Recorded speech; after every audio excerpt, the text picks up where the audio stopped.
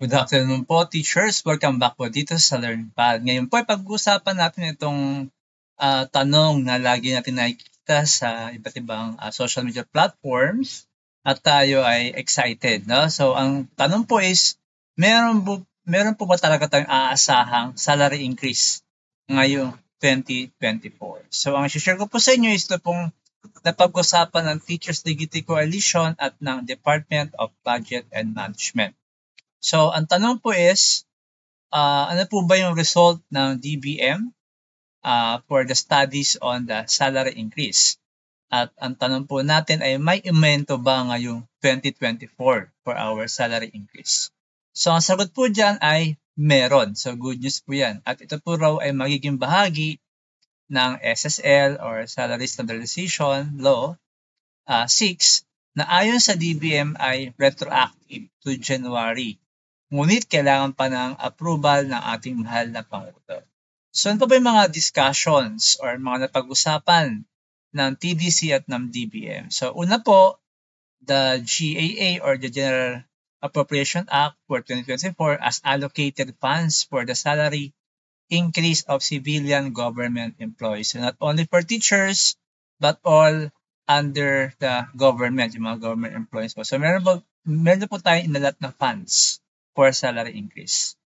Next po is the Governance Commission for GOCCs has conducted studies for salary increase under the Salary Standardization Law 6, likely through an executive order. Okay? So next po is the study is complete na raw. No? The proposal will still need presidential approval. So we're waiting for that. Sana po ma-approve po, mahal na Pangulo. And if approved this year, the increase will be retroactive to January 2024. So wag po tayong malungkot kasi once na ma-release po yung study at approve po ng Pangulo yung salary increase, ito po ay meron pong retroactive. So ibig sabihin po mula po January ay ibibigay po yung increase na ating sahod.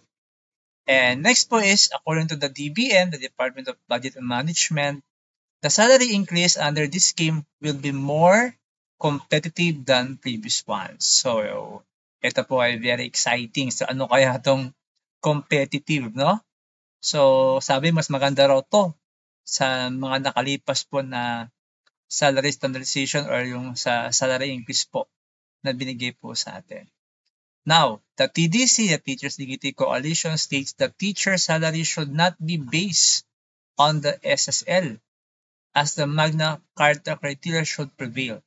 The group is coordinating with some legislators for this proposal. So, sabi po ng Teachers Unity Coalition, hindi po dapat tayo kaparehas na yung mga for the salary standardization law.